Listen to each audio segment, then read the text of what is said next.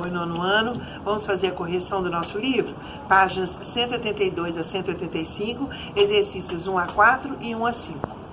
Temos aí um poema chamado Papo de Índio, do autor Chacal. Muito legal esse poema, muito interessante. O poema trata do relacionamento entre índios e brancos. Com base nas informações que ele apresenta, responda: qual é o período da história do Brasil que esse episódio relatado pelo texto provavelmente aconteceu? Então a gente imagina que seja no período colonial, né? Provavelmente no século XVI. Por quê? Pois naquela época o açúcar não era conhecido pelos índios e praticavam-se rituais antropológicos, né? Canibais aí. Quem fala no poema e quem são os homens de saia preta? Quem está falando é um índio e os homens de saia preta são os padres, provavelmente naquela época os jesuítas. Com que finalidade esses homens carregavam caixinhas de açúcar? Eram produtos, né, para presentear os índios, para facilitar um contato. Então eles queriam fazer uma troca, né? O texto, apesar de escrito, ele apresenta algumas marcas da linguagem oral.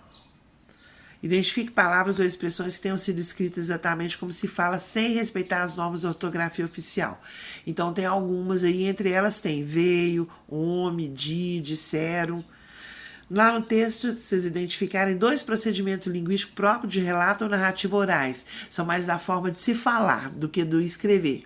Então, o emprego da palavra aí, como elemento de coesão entre os fatos do relato, a repetição constante dos pronomes eles e nós, e o emprego do pronome reto eles com função de objeto. Nós comemos eles, em vez de nós os comemos. Na letra C, explica a relação entre o título e as marcas de oralidade do texto. O título é papo, né, de índio, então a palavra papo na gíria significa conversa. Logo, o título é compatível com a oralidade apresentada pelo texto. É um papo mesmo, uma conversa, que o texto aí tem bastante marcas de oralidade. Além das marcas de oralidade, o texto apresenta outras palavras e expressões que fogem à normalidade padrão. Reescreva todo o texto de acordo com a norma padrão da língua. Se quiser, mantenha expressões como fechar a cara e fechar o corpo. Então, sugestão para vocês. É lógico que vocês vão fazer a escrita de vocês. Vieram uns homens de saia preta, cheios de caixinhas e pó branco, que eles disseram que se chamava açúcar. Então eles falaram e nós fechamos a cara. Repetiram e nós fechamos o corpo. Finalmente eles insistiram e nós os comemos. Na nova redação dada ao texto, como ficaram as palavras veio, cheio e fechamos? E por que elas sofreram modificação? Então seria vieram, cheios e fechamos, porque elas concordam com uns homens e nós também.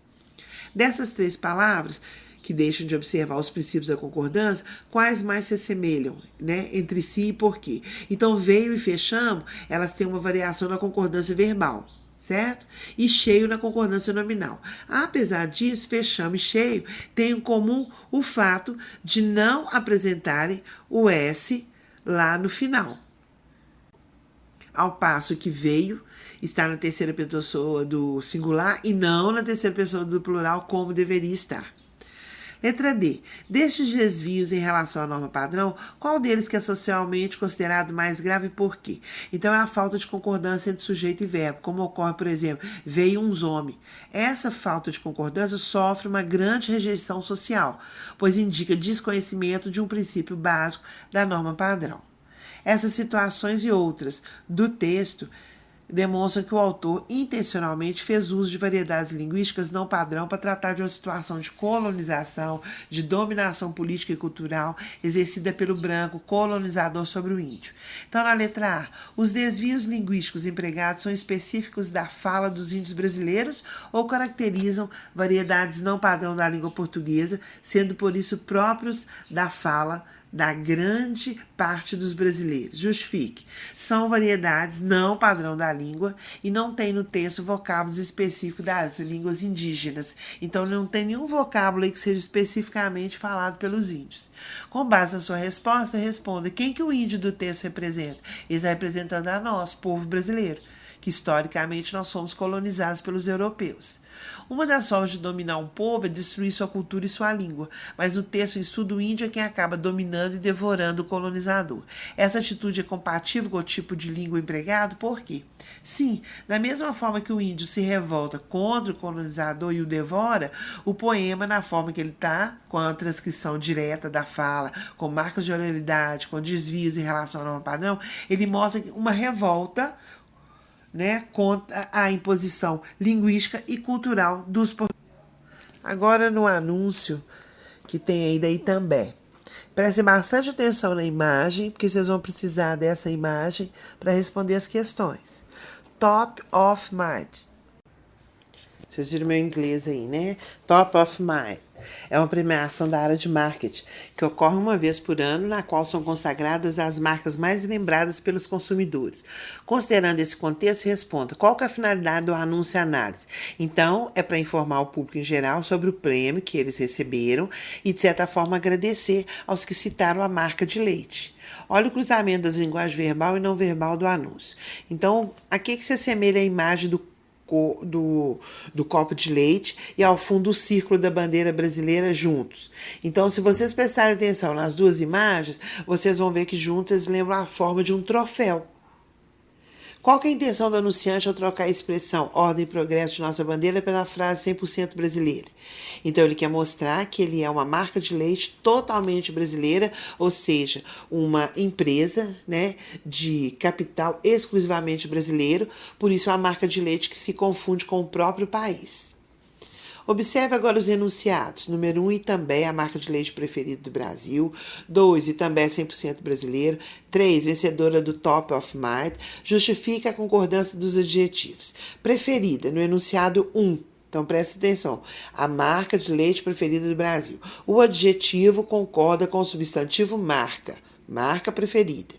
Brasileira, no enunciado 2, e também é 100% brasileira. Então, o adjetivo está concordando com o termo marca, que está implícito na frase. Ele não está na frase, mas nós entendemos.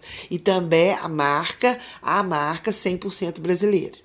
Vencedora, no enunciado 3, vencedora. O adjetivo concorda com o termo marca, que também está implícito na frase. Ok? A marca vencedora. Continuando. Número 4. Reescreva as frases a seguir, fazendo a devida concordância das palavras entre parênteses. Meu avô gosta de folhear jornais e revistas velho. Então, nós podemos usar velhos.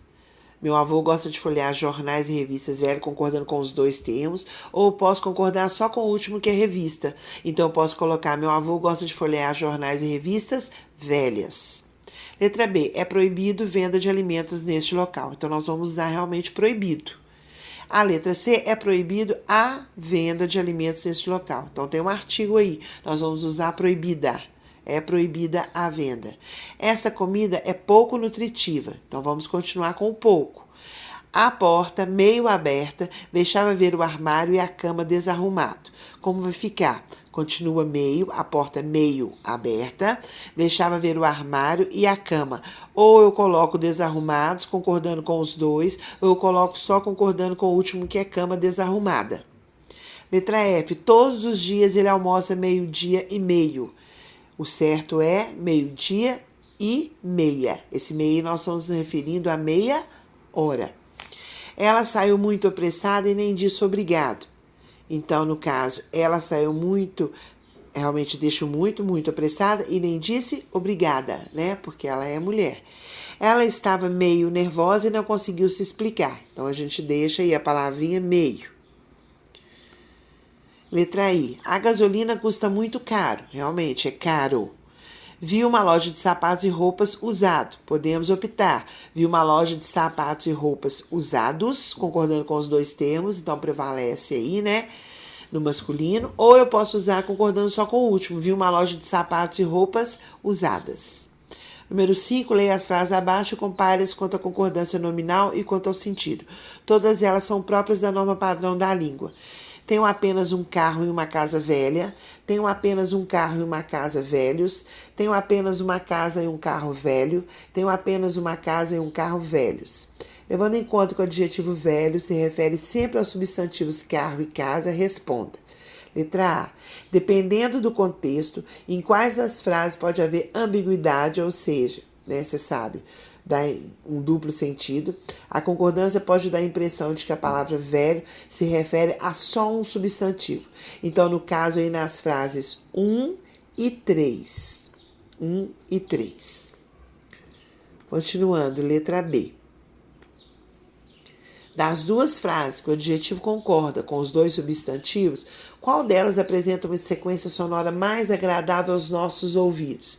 Então, provavelmente, né, a resposta é pessoal, mas provavelmente seria a número 4, aquela que a gente ouve e sente mais agradável. Tenho apenas uma casa e um carro velhos. Mas todos eles aí, né, gente, falamos aí em cima, todos são próprios da norma padrão, todos estão corretos.